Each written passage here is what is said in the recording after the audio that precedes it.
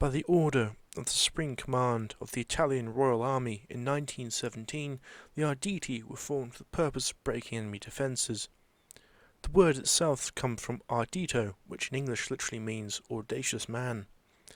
However, this also has its roots amidst the poor morale of the Royal Italian Army in 1916, to the point where command started paying out prizes to soldiers who acted on their own personal initiative, which included the capture of prisoners or equipment.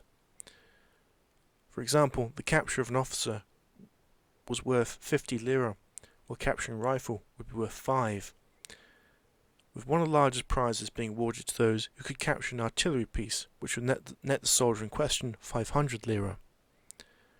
An honour badge was also established, called the Militaro Ardito, or Audacious Soldier in English.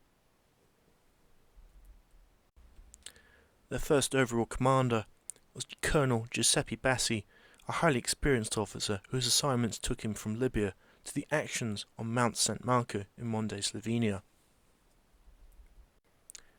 In the incessant stalemate of the Great War, there was a constant need to innovate against the enemy in order to break the static warfare that had become the norm.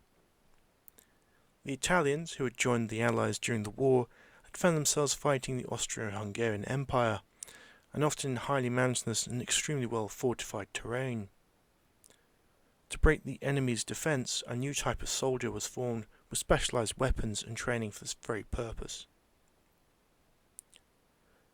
Their first action was during the Second Battle of the Piave River, when they infiltrated enemy positions crossing the river with a blade in their mouth, which they used to covertly eliminate their foe.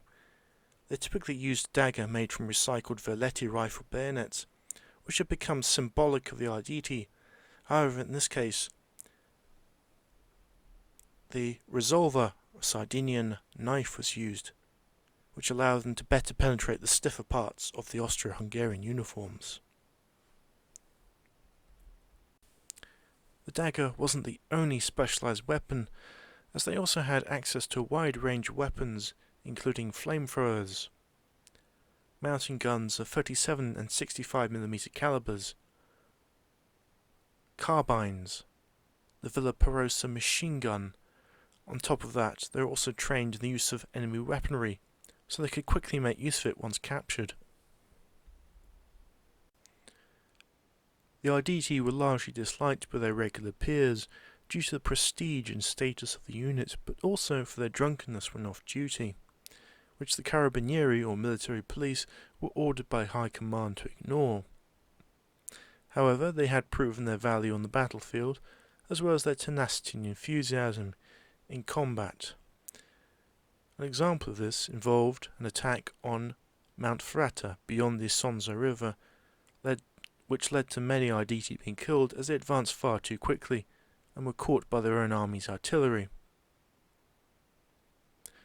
Although a short-lived unit, having been only raised in 1917 and disbanded in 1920, the legacy continues today in the form of the 9th Parachute Assault Regiment Colonel Bassi of the Italian Army and Italy's Commando Frogman, who are both seen as heirs of the Arditi legacy and are both known as Arditi Incursori. From the first unit raised in 1917 to the many iterations of special forces of the Italian military formed during the interwar period, the Second War and the Cold War, to the current day, it should be noted that those units that bear the title of Arditi have earned every right to never be underestimated.